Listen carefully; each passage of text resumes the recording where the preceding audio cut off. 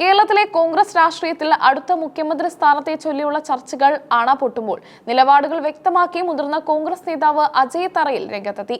K C. Venugopal ഉൾപ്പെടെയുള്ള പ്രമുഖ നേതാക്കളുടെ പേരുകൾ ഉയർന്നു കേൾക്കുന്ന പശ്ചാത്തലത്തിൽ പാർട്ടിക്കുള്ളിലെ ആഭ്യന്തര ജനാധിപത്യത്തെയും സോഷ്യൽ മീഡിയ സ്വാധീനത്തെയും കുറിച്ച് അദ്ദേഹം നടത്തിയ നിരീക്ഷണങ്ങൾ വലിയ രാഷ്ട്രീയ ചർച്ചകൾക്ക് വഴിമരുന്നിട്ടിരിക്കുകയാണ്. AICC general secretary K C. Venugopal മുഖ്യമന്ത്രി സ്ഥാനത്തേക്കുള്ള മത്സരത്തിൽ ഉണ്ടോ എന്ന ചോദ്യത്തിന് അക്കാര്യം തനിക്കറിയില്ല എന്നായിരുന്നു അജയ് തറയിലിന്റെ മറുപടി. വേണുഗോപാൽ പാർട്ടിയുടെ ശക്തമായ തിരഞ്ഞെടുപ്പ് പ്രവർത്തനങ്ങൾക്ക് നേതൃത്വം നൽകുന്ന വ്യക്തിയാണെന്ന കാര്യത്തിൽ തർക്കമില്ലെന്നും അദ്ദേഹം കൂട്ടിച്ചേർത്തു.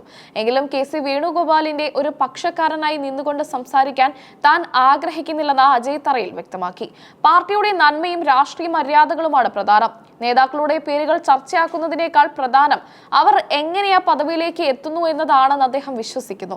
മുഖ്യമന്ത്രിയാകാൻ നിലവിൽ MLA ആയിരിക്കണമെന്ന വാദത്തെ ചരിത്രപരമായ വസ്തുതകൾ നിരത്തി അദ്ദേഹം തള്ളി. കേരളം കണ്ട വലിയ നേതാക്കളായ AK ആന്റണി, EK നായനാർ തുടങ്ങിയവർ മുഖ്യമന്ത്രിമാരായപ്പോൾ സഭാ അംഗങ്ങളായിരുന്നില്ല എന്ന കാര്യം അദ്ദേഹം ഓർമ്മിപ്പിച്ചു. പിന്നീട് ജനവിധി തേടി സഭയിൽ എത്തുകയായിരുന്നു അവർ ചെയ്തത്.